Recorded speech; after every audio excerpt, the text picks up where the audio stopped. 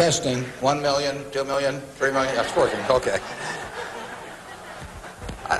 I'd like to talk to you about your financial future, and I hope those figures become applicable to all of you as we go along. And I'd like to start by posing a problem for you. And incidentally, I'm just going to talk for a couple minutes, and we'll do Q&A, because what we want to do is talk about what's on your mind. But I'd like you to think about this for just a second. If, as we walked out of here today, I said I would like to buy 10% of your financial future, I was going to write you a check today, and from this day forth, you were going to give me 10% of everything you earned. How much would you want to charge me for that? I'm going to buy 1/10 of you. And I may take the low bid, incidentally, so be careful what you write down. Well, I think if you thought about that a little while, you can contemplate that for a few minutes. You know, you're going to get a check from me today, and you can do anything you want with the money, but from this day forth, you have to give me 10% of what you earn. I think it would be very foolish of you, any of you, if you asked for less than, say, $50,000. Now, it's going to be a few years before you're out earning money, and so I've got a few years of dead money there. But then I would start getting this royalty on you as you went along. So I really think that if you thought about it, most of you would want a fair amount more than that, and I think you'd be right. Fortunately, I didn't make this deal with anybody when I started out, so nobody's got a 10% royalty on me. But I think that $50,000 would sort of be the absolute minimum. And if you think about that, that means that right today, you are worth $500,000, because if 10% of you is worth $50,000 in cash today, your potential is worth a minimum on a 100% basis of $500,000. That is the big financial asset you've got. It's way more important what you do with that $500,000 asset that you own today than whether you decide to buy stocks or bonds, or whether you put your money in a mutual fund or pick your own stocks or anything of that sort. The biggest financial asset that you have going for you by miles is the value of your own earning power over the years. So that's really what you should focus on. If you're focusing on your financial future, that means you should focus on you. Because whether your 10% is worth $50,000 or $100,000 or $300,000, which would be $500,000 or $1 million or $3 million for all of you, whether it turns out to be one or the other is really dependent in a very large part on what you do in the next few years. All of you in this room have the brains to do extremely well in life. You've all got the energy to do extremely well in life, and then the question is, how do you apply it?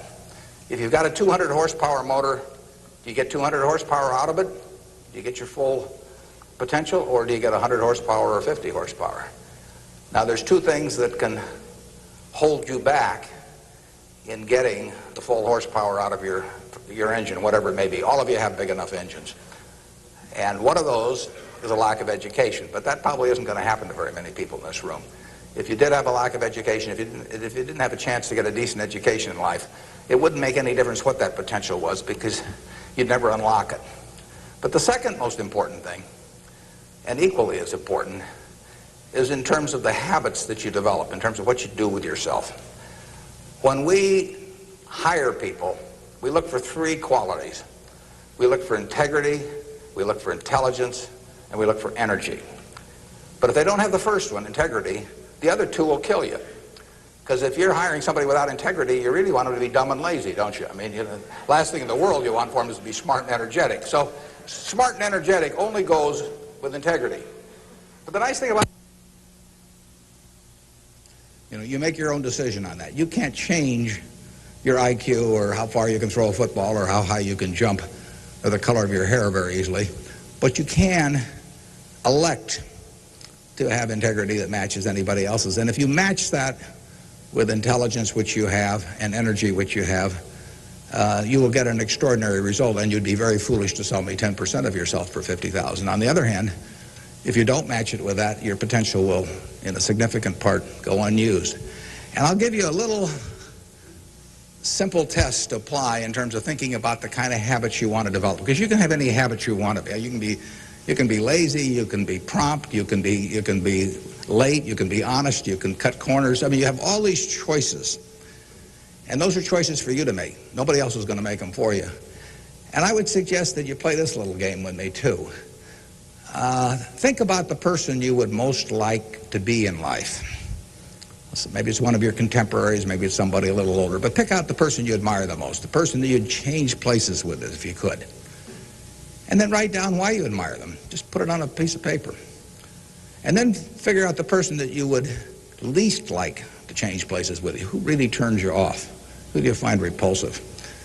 And list the reasons why that person turns you off so much. And put those down on the other side of the paper. And then look at that list. And you'll find that everything on the left-hand side, what you admire in other people, the qualities they bring to life, cheerfulness, generosity, all kinds of things, you'll find those are things you can do yourself. It's very simple. You got to apply yourself, but the habits you form in doing that early on will carry you through life. And on the other hand, you'll find that the things that make people repulsive, selfishness, obnoxiousness, all these things, egotism, are things that no one has to have. If you find those in yourself, you can get rid of them as long as you get rid of them early. So all I suggest is that you write down a list of what you admire, what you find contemptible, and decide that the ones on the admired side are ones you're going to acquire for yourself. And if you do that when you're young, it'll carry you through the rest of your life. This doesn't work if you do it when you're 50 or 60. By then the habits are too well formed. But if you do it early, behavior becomes a habit. So if you do that, 2 or 3 years from now, if you go through the same exercise, you'll find out that the person you admire the most is yourself. That can be a little dangerous under some circumstances, but it's not a bad thing. I mean, you want to be somebody you like, and you don't want to be somebody that you dislike. And form those habits early. You basically can't miss. Now, I'll give you one other small piece of advice that's just a corollary on this, and then we'll get to your questions. And that is, as a general matter, as a one piece of specific financial advice, I would say, avoid credit cards. Just forget about them. We're in various businesses that issue credit cards. The American public loves credit cards. But if you start revolving debt on credit cards, you're going to be paying 18 or 20%. And you can't make progress in your financial life going around borrowing money at 18 or 20%. You can make a lot of money by lending it out at 18 or 20% over time. If you can find anybody that's good that will borrow from you. But you don't want to be on the side of the equation that's always behind in life. I was lucky. I'd saved about $10,000 by the time I got out of school. That $10,000 was really worth millions I might have earned later on, because after you get a family and everything, the expenses roll in. But those were my tools to work with, but it was only because I was ahead of the game. If you're behind the game by $10,000 at some point and paying 18 or 20% interest on it, you will never, you'll never get out of it. So the trick, I've got a partner that says, all I want to know is where I'm going to die, so I'll never go there.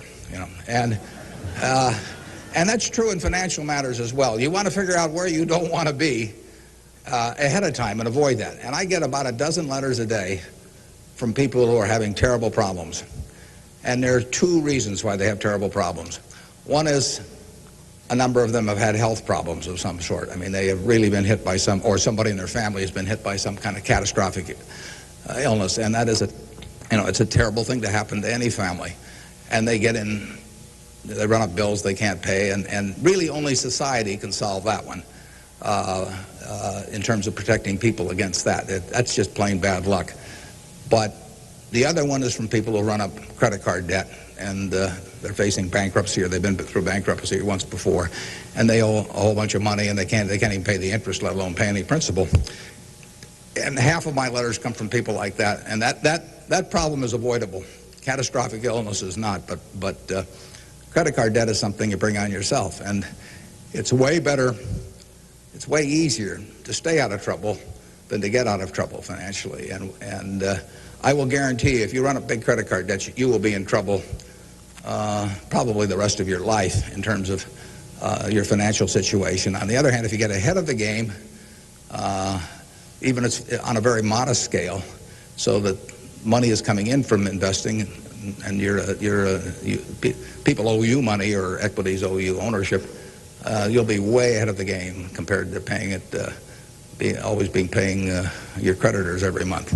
So my advice to you is, if you can't pay for it, don't buy it, and get yourself in a position where you can pay for anything, and then we'll be glad to see you at Borsheim's or the Nebraska Furniture Market. Now let's have some questions. Do we have a mic out there that people can either go to or that travels around? And I can't necessarily see too well from we're going to have one mic on each side, so just raise your hand and wait for us to come to you. Okay, we have somebody up front who would like a mic. Anything that's on your mind, ask about. Don't be bashful.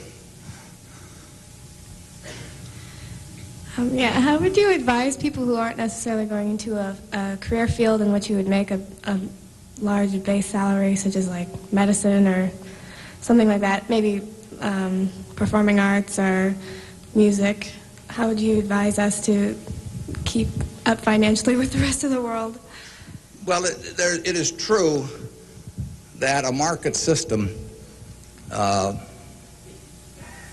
does not pay as well in some activities as might seem appropriate for the importance of those activities to society. Just take teaching, for example. I mean, teaching does not pay well. And what could be more important? I mean, you've got to be as interested in who the teachers of your children are as who your accountant is, or whatever, or who's winning the heavyweight title of the world, or that sort of thing. But it doesn't pay well, and it's a fundamental choice whether you're going to go into something. For many people, it'd be a fundamental choice whether you're going to go into something you love or something to try and make a lot of money. I think that generally it pays to go with what you love. I think that it's very hard to find people when they get to be my age who say that they've loved what they've done all their life and feel it was very worthwhile, but they're terribly sad they made that choice because they didn't make a lot of money. I don't think anybody's ever said that to me, that they wish they'd gone into something else where they were uncomfortable doing it or didn't enjoy it, didn't feel very productive, but made a lot of money. So I don't think you'll find that. So I would go to work. I would go to work in whatever turns you on. It may turn out that it'll be more profitable than you can think, but almost everybody here will make enough money, unless they get some terrible habits along the way, to do reasonably well. And doing reasonably well in this country really is pretty darn good. I mean, it's not necessary to have huge amounts of money in order to enjoy yourself. I enjoyed myself when I had my $10,000, and I live in the same house that I lived in when I had about that. I bought it 41 years ago. I liked the house then. I like the house now. I mean, if you think about it, if you have a reasonable job, you'll be eating at McDonald's and I'll be eating at McDonald's. So we're to push on food. I mean, in fact, I hope it's Dairy Queen, actually, and and if you come to Dairy Queen, you'll see me. And you can order anything on the menu I can order, and we both can afford it. You'll wear the same clothes I wear. I'll pay more for my suits, but as soon as I put them on, they look cheap on me. So we'll look about the same. We'll both live in the same kind of houses. I live in that house from 41 years ago, and it's warm in winter, and it's cool in summer, and it's comfortable. And you'll live in a house that's similar. And what difference does it make if you have 50 more rooms or guest houses or all that? It'll probably just bring you problems. I mean, you have to worry about the greenskeeper or something when you get through. So I have been in the houses of people where the houses are worth probably 200 times what my house is worth, and I would not be any happier in those houses at all. In fact, I'd be less happy. I just have one more thing to worry about, and dozens of people around the place, and people quitting, and people stealing from you, and all kinds of things. To hell with it. We'll drive the same kind of car. In fact, you'll probably drive a better car. I drive a car that's about 8 years old. I don't know what it's worth now, but it gets me around fine. I mean, I'm perfectly happy. We'll watch the same television. We'll work on the same computer pretty much. The only difference will be how we travel long distances. You know, I will fly in a plane that's more comfortable than flying Southwest Airlines or something, which I've got nothing against. But that's the one real big difference. And other than that, I do what I like every day. I hope you'll do what you like every day to do. And I work with nice people. I hope you work with nice people. And there's 24 hours in the day, and those are where the hours go. So great wealth is the tiniest bit different in a real sense than having just a decent income. And to trade a decent income and something you love doing and something where you feel worthwhile doing it for huge wealth where you trade off a lot of your principles would be a terrible mistake.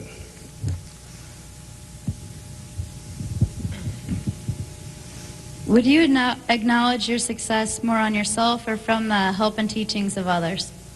Well, I was very lucky in life. If you tell me who your heroes are, I will make a pretty good prediction about what you're going to do. And I had the right heroes. I was very lucky in life, and my heroes never let me down. And started with my dad, and then I had others in business, and so I have had great teachers. Some formal teachers, some that were just informal teachers by instinct or example.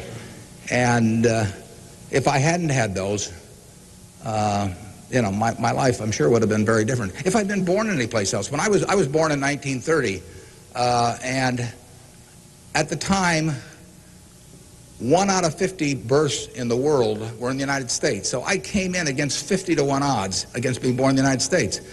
I would have been a disaster, you know, if I'd been born in Afghanistan or Peru or someplace. I mean, I was extraordinary. I won the lottery the day I was born, you know, by being born in this country. So have you. I mean, the odds were probably 40-to-1 against you being born in this country, and it were 5 times more likely to have been born in China, or 6 times, and 4 or 5 times more likely to have been born in India or some other place where it would not have been as easy to exploit the full potential of your talent. So we've all won the lottery in that respect, and that's just plain luck. I mean, and I was lucky to be born at this time. I mean, capital allocation is something that pays off extremely well in this society now, but it doesn't pay off in other societies, and it didn't pay off, you know, many years ago. My friend Bill Gates says that if I was been born a few thousand years ago, I'd have been some animal's lunch. You know, I can't run very fast, and I can't climb trees, and you know, I just happen. Those are talents. Nobody asked me to climb trees now, but there was a time when it might have been important. And incidentally, Bill would have been some animal's breakfast. I mean, he can't run so fast either. But in any event, you know, we are lucky. I mean, just imagine being born a couple hundred years ago with exactly the same talents and how far they would have taken you then. You know, the average person today lives so much better than the richest person lived 100 or 150 years ago. So I'm lucky in that respect. I was lucky to be born of terrific parents. I was lucky to be raised in Omaha in a great public school system. I got a start here in the first 8 grades that gave me a foundation that later, when I went off the track a few times, carried me through, because I had a terrific grade school education right here in Omaha at Rose Hill. And one of the reasons I had it, incidentally, is kind of unfortunate, but I had that great education in part because women were being enormously discriminated against. And so a woman at that time could be a teacher, she could be a secretary, she could be a nurse, you know, and that was about it. So you had half the talent pool in the United States limited to just a few jobs. So you had an abundance of talent in those activities like nursing or teaching, because that talent with males was spread across every form of work activity there was, but with women it was concentrated in a few areas, and that benefited me. It's kind of sad because it didn't benefit those teachers, but I was very lucky, and I've really been that way all my life. And what I do is important as, you know, what a good teacher does or a good nurse does or something of the sort. You know, I think that's quite questionable. It pays off enormously well in a market economy like the United States, and but that's an accident. It didn't have anything to do with any innate ability of mine.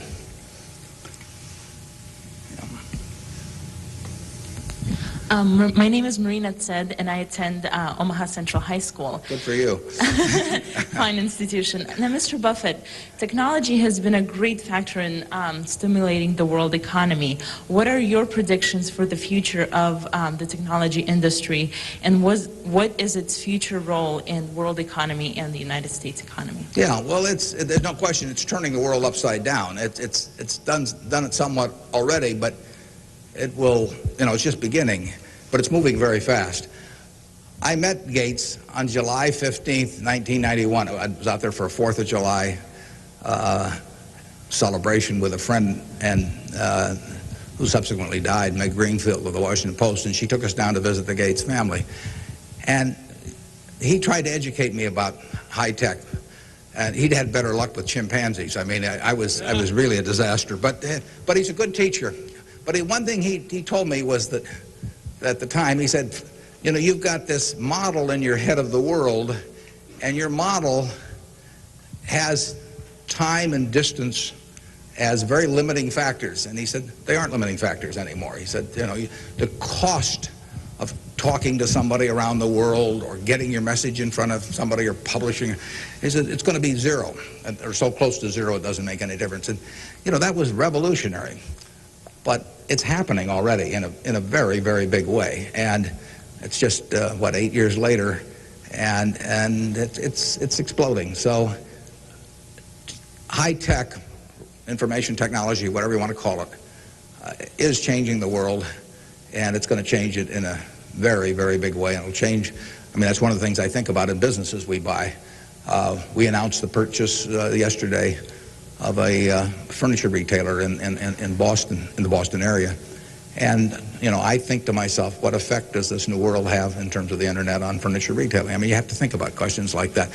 The changes will be huge. I played bridge yesterday with people all over the country, but I played it with people all over the world. I just sit down on my computer, and I've got some popcorn there, and I'm in khakis and a sweater, and I can have a bridge game in 30 seconds with people all over the world, and no cost to it, basically.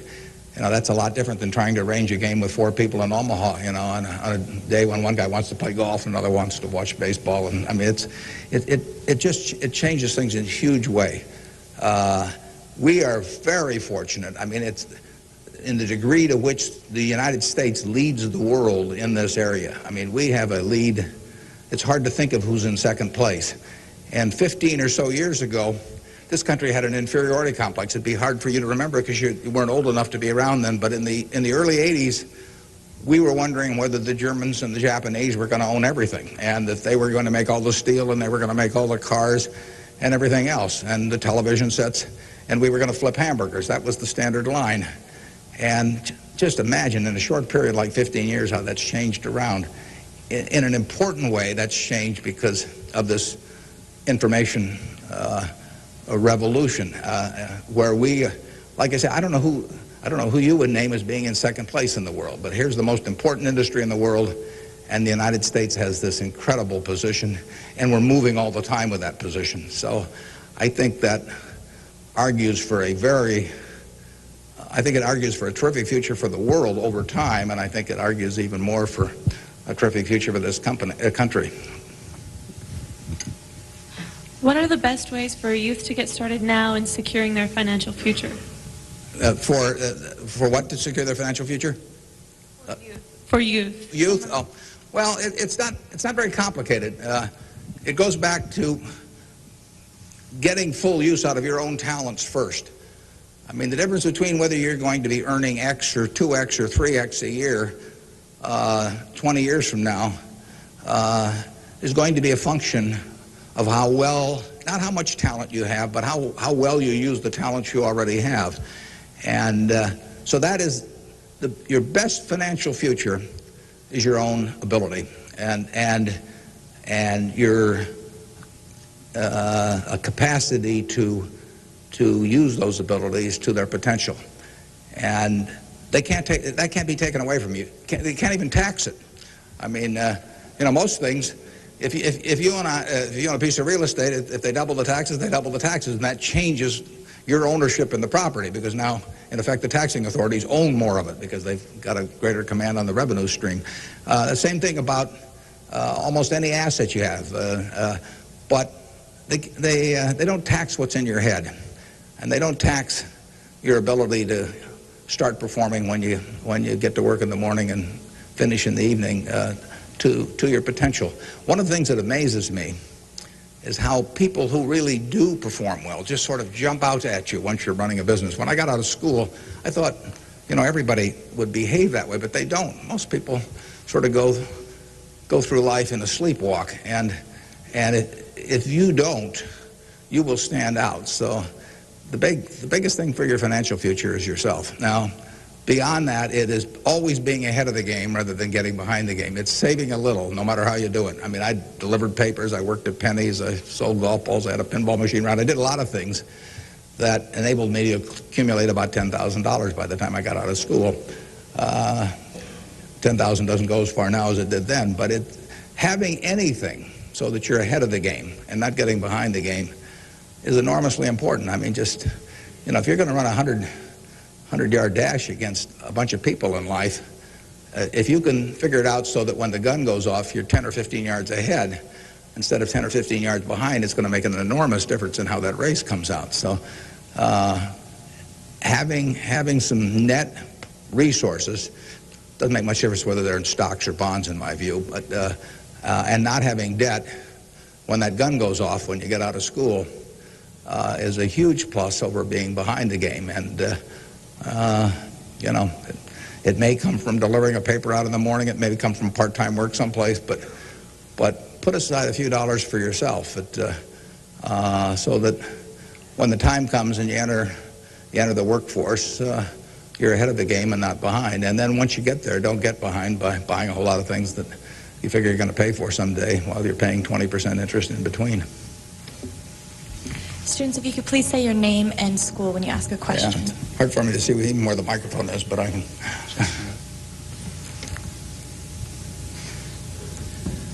My name is Patrick Doherty, and I'm from William La Vista High School. I was wondering, with the increasing costs of education today, what can students do to deal with their debts once they're out of college? Well, that's a tough one. I mean, I guess I'd pay it off as fast as I could, and I would incur as little debt as possible before that time came. And I would say this,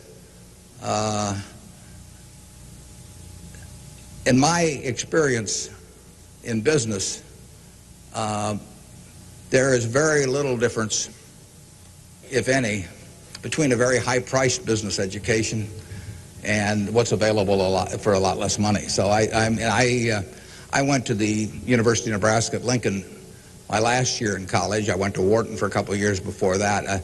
I learned just as much at the University of Nebraska as I did at Wharton. And there's nothing against Wharton. I mean, it's just we had a very good school here. I had some terrific professors at Lincoln.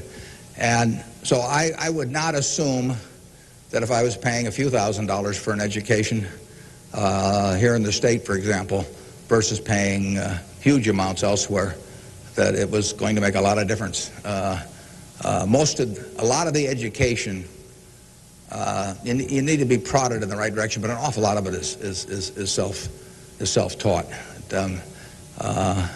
I mean, Andrew Carnegie did a wonderful thing in this country in terms of libraries, and I used to spend a lot of time at libraries. I even got locked in at the University of Omaha, what was then the University of Omaha, and I couldn't get out for hours. And one night I got so entranced with what I was reading. But there's all kinds of information available now with the internet. It's so much easier than it was then. So it's out there to be taken, and it isn't necessary to pay $30,000 or $35,000 a year to go to some big-name school to get the education at all. I mean, if you're going to learn accounting, which is probably the most important course you'd take in business, if you're going to learn accounting, you can learn accounting absolutely as well, in my view, going to UNO as going to Harvard. I mean, I see. I'd bet on that, and so I wouldn't run up huge bills in terms of getting a business education. Now, if you're going to get a medical education, I mean, there's certain professions where there may not be any way around spending a fair amount of money and getting in debt to some degree. You've got to make that decision yourself, but I'd certainly try to minimize it. And And I would have it figured out how I would handle that debt in, say, a 5-year period after I got out of school, or I would think twice about incurring it. There's a question up here, if we can bring a microphone.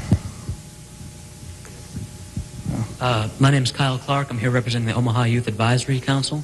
What advice would you have for a forming nonprofit organization? For forming a nonprofit organization? Well, I've always tried to avoid forming nonprofit organizations. Well, that would depend entirely on what I wanted to accomplish. I mean, it'd be one thing if it was a hospital. It could be another thing. There's so many types of it. So you've got to get people that are experienced and involved in an entity like that. And but it depends so much on the objective you're working at. Yeah, no, I promised this young lady here microphone for a long time. Hi, my name is Kara Harbert, and I attend Millard West High School. And I understand that you're very civically involved, and I was wondering how important of a quality you think that is for an individual in life and why. Yeah, well, I wouldn't say that I am that. I mean, I do certain civic things. I think your model as a citizen, for example, in Omaha would be Walter Scott. I mean, he is far more civically involved than I am, and incidentally, his predecessor, Peter Kiewit, was too, but Walter's carried it to new heights. So I don't want to take on any mantle for that myself. I do some things. One of the problems I have is I love what I do so much that it sort of takes over. I mean, I'm like a guy that likes to play a lot of golf or something, except I like the business I'm in. But I've got a family that participates very actively. Some of my children work on almost anything that comes along in the civic area. And,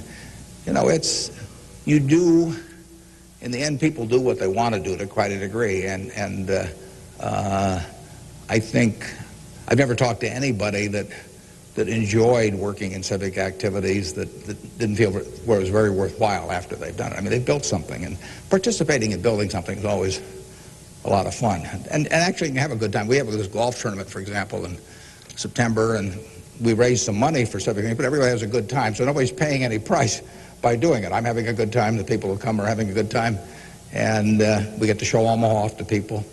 But you should be enjoying things you go along, and you will if you work in civic activities that interest you. And you can do the same thing in politics. I mean,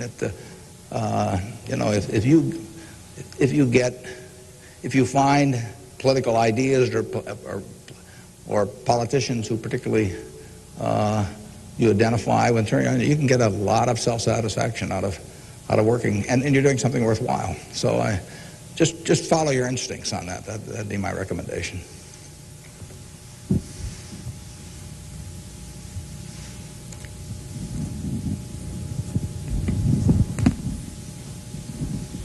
Hi, my name is Jeremy Graham from Millard South High School. We're probably the elite youth of today, and I have a question. What do you see as the biggest economic problem facing the youth of today going into the future? Yeah, I don't think that you're going to have enormous economic problems. I think you will live in a society where the average person lives better by a significant margin than the average one of a generation earlier or 2 generations earlier. That's been the history of this country. It's a marvelous country that way. I mean, when you think of it, we have 4.5% of the world's population, and what's been accomplished here is incredible. 53% of the value of corporations that are publicly traded in the world exists in the United States with 4.5% of the population. This country always has done well. They say in stocks that you should buy stock in a business that's so good that even an idiot can run it, because sooner or later one will. And that's not terrible advice. Well, that seems to have been sort of the history of this country from time to time. I mean, we've had all these problems that have come along. If you look back on the last 100 years and list all the problems this country's run into, you can make a very long list. And a lot of people who focused on those problems at the time have missed the bigger picture. And the bigger picture is that every generation lives better than the one before it. And that's because of savings, because savings enable people to create new tools to do better things as they go along. And it's also due to an environment that lets people realize their potential to a greater degree than most other environments in the world. It's far from perfect. I mean, it's sad how far it is from perfect. But it is better than anything else around. I mean, in this country, you don't have some commissar or something running a big business in this country. You've got a guy like Jack Welch, and a fellow like Jack Welch makes a difference of night and day in terms of the productivity of that business over a period of decades. And productivity is what causes the standard of living to rise. So a system that throws up the Jack Welches of the world to run businesses is going to have an enormous advantage over a society that does it by heredity or that does it by government edict. And we're closer to that society that I've described than any other country, and it's led to great things, and it will continue to lead to great things. So I think you've got the best future. You don't face a war, and you've got a better future in terms of achieving material rewards than any generation in history. So I wish I could trade you places. I might get taken up on that by a few of you, though.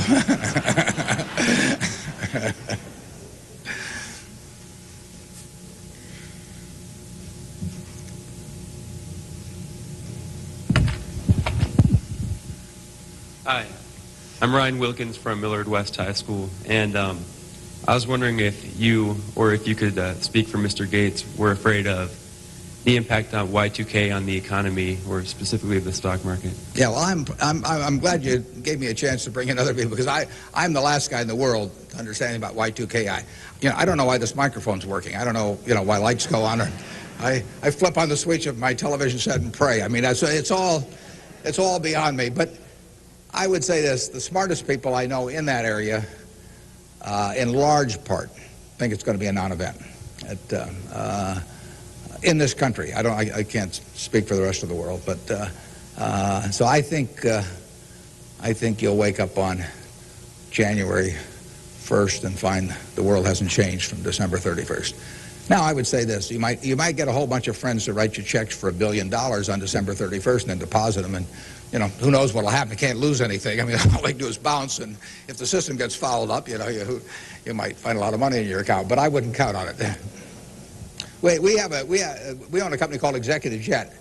We have about 1,400 or 1,500 customers who own pieces of airplanes with us, and so we've got 160 of their planes and some of our own flying around. It'll be very interesting to me to see what the advance people let us know ahead of time when they want to use it. It'll be very interesting to see how many sign up for January 1st at 12:01. But it wouldn't bother me to fly them in the least on January 1st or do anything else on January 1st. Ideally, I hope they're getting prepared to watch the Huskers play in the big game. I'm Jamie Solis from Twin Valley, and I was wondering, how do you decide what you invest your time and money in? Yeah, well, I like to find businesses that have good economics. Now, what are good economics? Well, good economics are a business that has some kind of a moat around it that makes its product or its service or its location or something a little more desirable to the customer than any other sort of comparable product. The number one candy bar in the last 30 or 40 years has been Snickers. People don't fool around with different candy bars.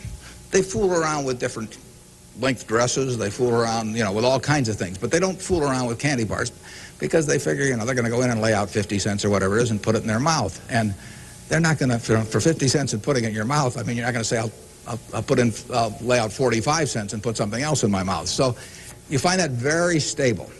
And we like businesses that we think we can figure out where they're going to be in 10 or 15 years. I don't know where the information technology businesses are going to be in 10 or 15 years. I know where Snickers bars are going to be in 10 or 15 years. They're going to be selling just about the way they do now. I know where Wrigley's gum is going to be in 10 or 15 years. There's not going to be a lot of innovation in chewing gum. The internet's not going to cause people to quit chewing gum either. I mean, Gates may think so, but I don't think so. But it's predictability regarding the sustainability of a competitive advantage, something special about a product. So we look for those kind of products, and then we look for people that are running the business that are honest and able. And it's easier to find people that are honest and able than it is to find businesses that are going to stay wonderful for a long period of time. There are a lot of businesses that looked like they were going to stay wonderful that really evaporated over time. But that's what we're looking for. And the nice thing about it is we don't have to find very many. If we find one a year, that's terrific. Because you don't need 100 or 1,000 great investment ideas to do well. You need a couple. And the discipline is the most important thing. We don't need brain power. We need discipline. You don't need 150 IQ to do what I do. Thank God. You don't need 140. You don't need 135. You may need 115 or something like that. But you do need discipline. You have to wait until you see the fat pitch to swing at. Because investing is a no-called strike game. If I were a baseball player and I only liked pitches 2 inches above my navel, some guy could learn that and he could pitch me, 3 or 4 inches below that, and I get called out on strikes because I never find a pitch I like. You can get called out on strikes in baseball. You have to swing at pitches that you don't even necessarily like, particularly after the count gets to 2 strikes. In business, you don't have to swing at anything. You can sit there and the paper says General Motors at 68, or it says General Electric at 115, or it says General Dynamics at 63. And if you don't like those prices, you don't have to swing. You can wait there day after day after day after day, and there are no called strikes. Now, when you swing, when you decide to buy something, then, if you swing and miss, it's a strike. But it's a marvelous game to be in because there are no called strikes, and you can simply wait for that one time in a month or 6 months or a year or 2 or 3 years when you really know what you're doing, where you like the price, where you like the people running the business, and then you swing, and you only need a few swings in your lifetime. So that's the way we try to pick businesses. We try to stay with things we understand. I mean, there can be all kinds of wonderful investment opportunities out there that I don't understand. I don't know what cocoa beans are going to do next year. Maybe you know, but I don't know. I don't know what crude oil is going to sell for. But I don't have to know. I just have to know the things. I have to know what I know. I have to know where the limits of my understanding are, what I call what my circle of competence is. And if I'm only able to evaluate 5% of the businesses in the world, no problem. I just stay within that 5% and try and find something. And most people get in trouble in investments because they get itchy. They can't discipline themselves, and they hear about other people making money. Nothing upsets people so much as to hear about their friends making money. I mean, that's very destructive to discipline because they think, I'm smarter than that guy next door, and he just bought that new car with the money he made trading stocks on the internet, so why can't I? Well, the answer is you can't over time. You will lose money if you trade stocks actively. And it's hard to exercise the discipline. But anytime you buy something, you should be able to take out a one-page sheet of paper and say, I'm buying General Motors at 65. I'm buying General Electric at 150 because. And you should write down the reasons. If you can't fill out the sheet, if it's because somebody told me about it at a cocktail party last night, that's not good enough. If it's because my broker told me about it, that's not good enough. You've got to have a reason for thinking that it makes an intelligent investment. You do the same thing if you're buying a farm or an apartment house. If you're buying a farm, you'd say, I'm buying this farm at $1,000 an acre because I think I can earn $60 an acre on it if corn sells at such and such and soybean sells at such and such and yield is such and such. And you'd figure it out. That's the same reason you buy businesses. And when you buy stocks, you're buying a little piece of a business. And that's probably the most important thing to remember in investing is that when you are buying a stock, you're buying a little piece of the business. And if you are buying it at an attractive price for the business, for the whole business, you're going to make money. And if you aren't, over time you won't make money.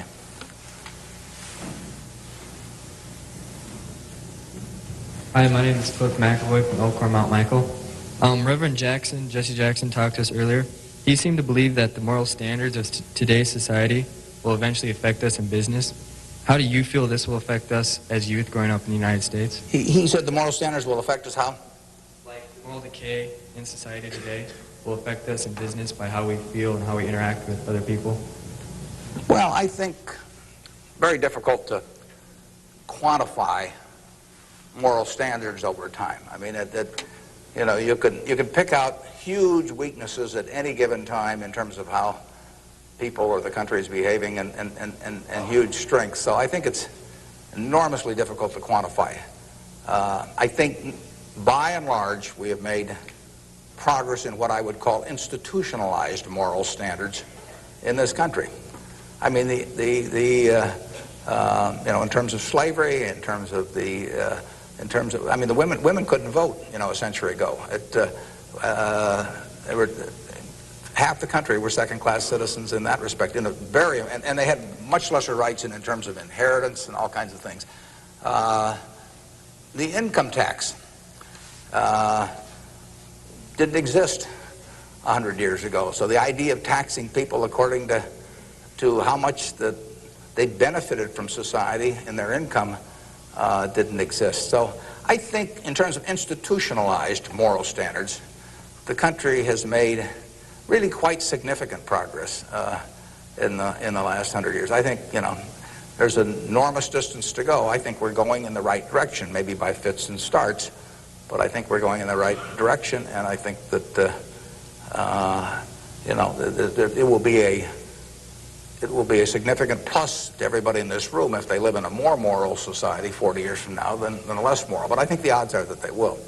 I think the country moves in that direction. It's very difficult to do it, and all kinds of interests that work against it. But in the end, I think the American people want it. And you saw it in civil rights. I mean, it took television to dramatize what was going on, and people that weren't near it preferred not to think about it. But it got through to the conscience of the American people. And a lot of progress has been made there, and there's a lot left to be made, but it's better than it was. And the pace may seem very slow to those people involved, and I can understand that. The pace, for women's suffrage, I mean, that went for decades and decades and decades. Women couldn't be on a jury. I was reading the trial of Clarence Darrow, which took place in California in about 10 or 11. There were no women on the jury. The woman wasn't allowed to be on a jury. They weren't citizens in that sense. So it's the moral behavior of the country has, in my view, improved, but and it'll continue to improve, and I hope you all in this room do your part to help it improve.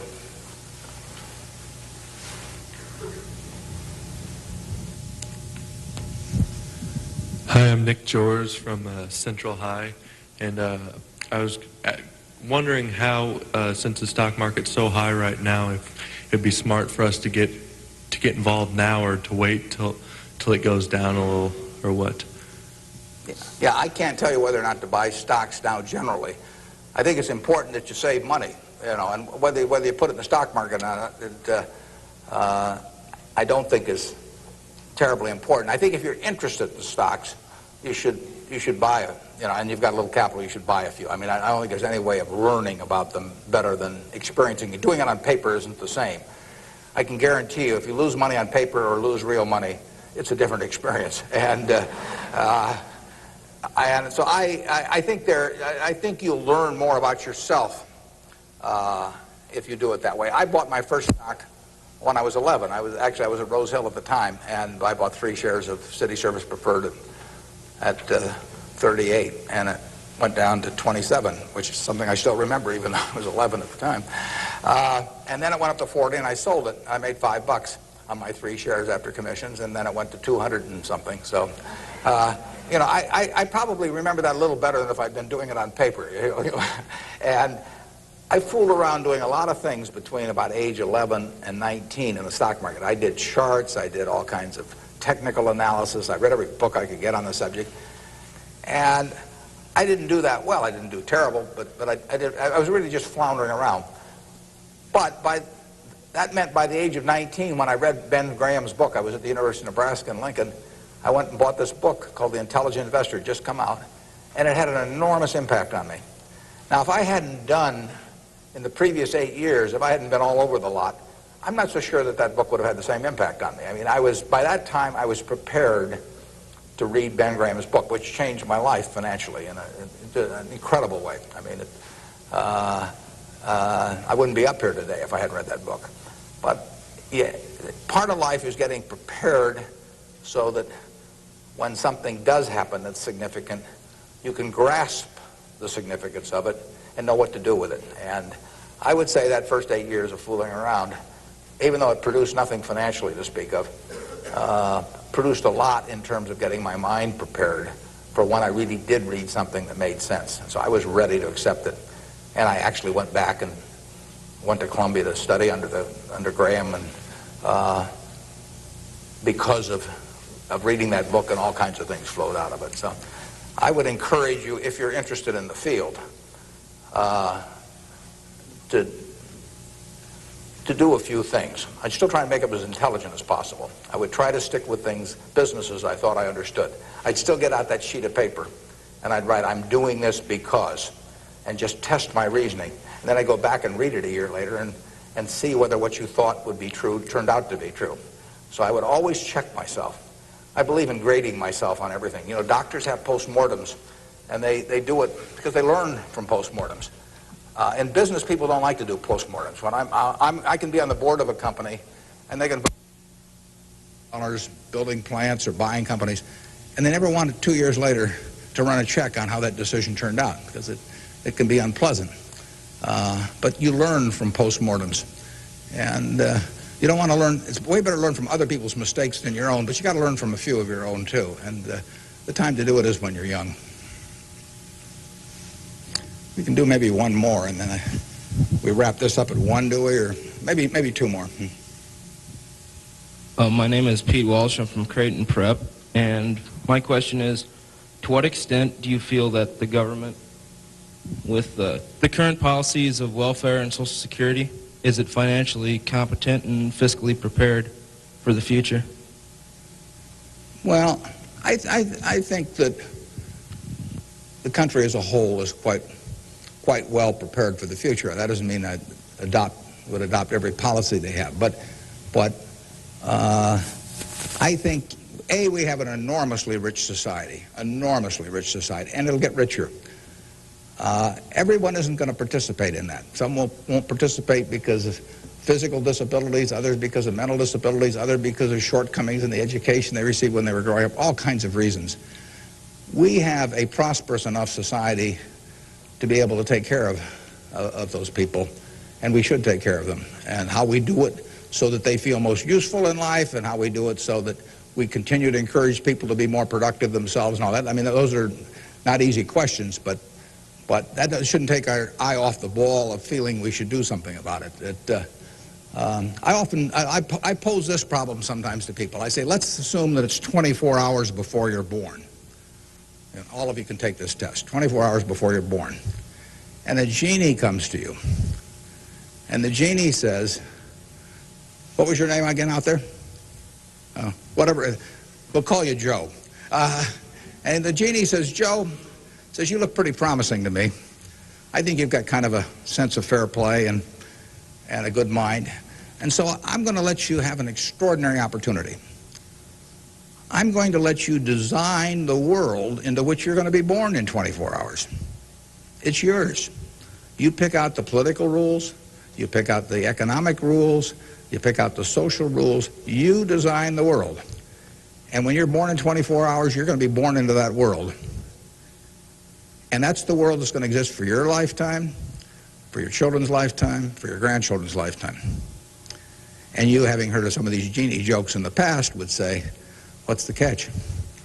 The genie says, well, it's a very slight catch. I said, when you're born in 24 hours, you're going to emerge in this world you designed. But what you don't know is whether you're going to be born black or white, male or female, rich or poor, bright or retarded, able-bodied or infirm, in the United States or Afghanistan. All you know is that you're going to reach into this barrel, which now has 6 billion balls, as we know, representing one person, every person in the world, and you're going to participate in what I call the ovarian lottery. You're going to take one ball out of that barrel, and you're never going to get another ball. That's you. You're going to get one ball, and now you're going to emerge. Now, what kind of rules do you want to have for that society, not knowing which ball you're going to get? Now, that I put to you is the way I think people should think about social policy. And if you're lucky enough to be born in this country, you've won the lottery already. But we should have a system, in my view, that encourages the Jack Welches and the Bill Gateses and all of that to work far beyond the time when it has any economic significance to them. We want people commanding those resources who are extremely able at commanding them. That's how the standard of living moves forward. So we should want, Tom Osborne coaching in Nebraska. We should want Bill Gates designing software, and we don't want to mix up those two. We don't want to get Bill coaching in Nebraska. So you want a system that gets people to their potential and puts them in the position where they can do the most good for society. But you also want a system for the people who get the wrong ball. I mean, somebody's going to get the ball, that says 80 IQ. Somebody's going to get the ball that says this disease or that disease early in life that cripples them. And we've got a rich enough society that we can take care of those people. And I think that, to get back to your question, I think that this society will move more and more in that direction. It has the capability of moving more and more in that direction as our resources and our output increases. And I think that it has the will to do that in a general way, although, like I say, there have always been lots of fits and starts. So there is no shortage in the United States of resources. There's no shortage of output. You have to have a system that encourages people to behave to the limit of their abilities and puts them in the right place. But then you have to make sure that everybody gets taken care of, too. Now, we can do one more, and then we'll break. I'll let the fellow with the microphone, or woman here, make the decision. Hi, my name is Ben Gold. I go to Brown Talbot. And I wanted to know how you think the media affects the world economically today. Well, it's a small question. Well, what it obviously does, simply because it's moved so far technologically, is it's brought it together in a big way. I mean, I was over in China a few years ago, and I was right after the time of the women's conference in Beijing, and I was reading the Chinese coverage of that conference, and of course it had nothing to do with what was taking place, but the internet was coming in, and you can access the Washington Post or the New York Times or anything. I get the Washington Post at 9:30 here at night. In effect, I never could get it the next day through physical delivery, but by electronic delivery I can read it. Probably earlier than most of the people in Washington are reading it. So the ability to communicate and the degree to which the world can have awareness of what's going on every place in the world is just, it's been a quantum leap. And, that will have, there are a lot of things that come out of that. And net, they're a plus over time. But the ability of information to be available to everyone worldwide almost instantaneously, it can be huge advances in things like medicine, for example, just to pick one.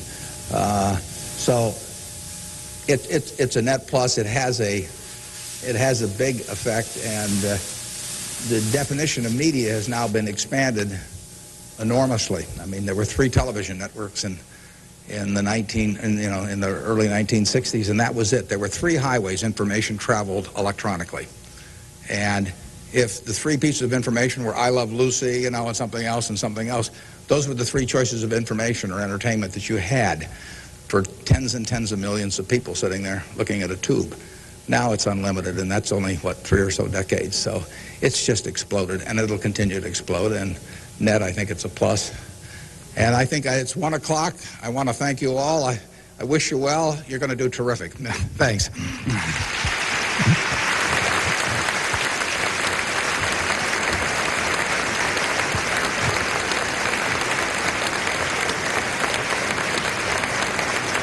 Thank you.